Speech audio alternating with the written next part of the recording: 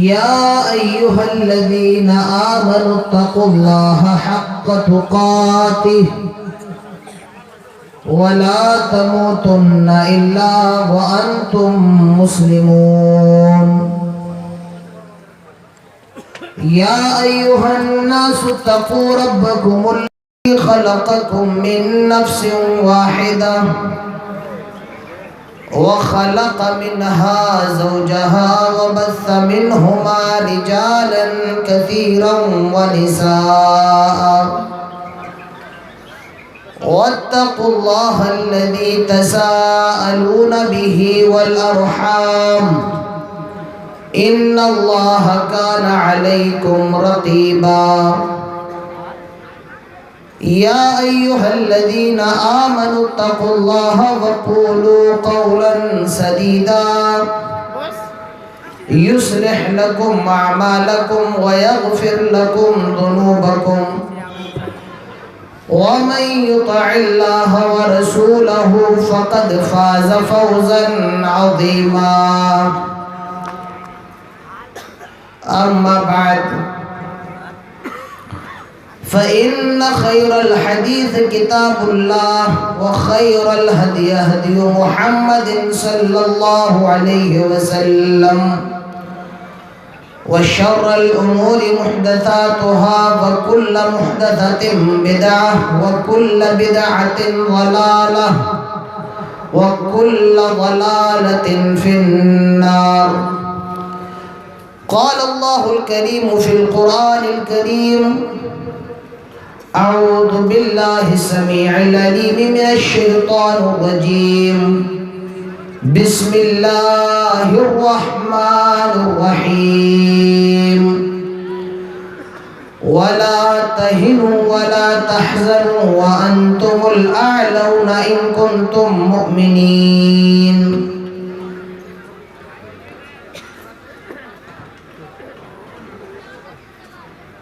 رب اشرح لي صدري ويسر لي أمري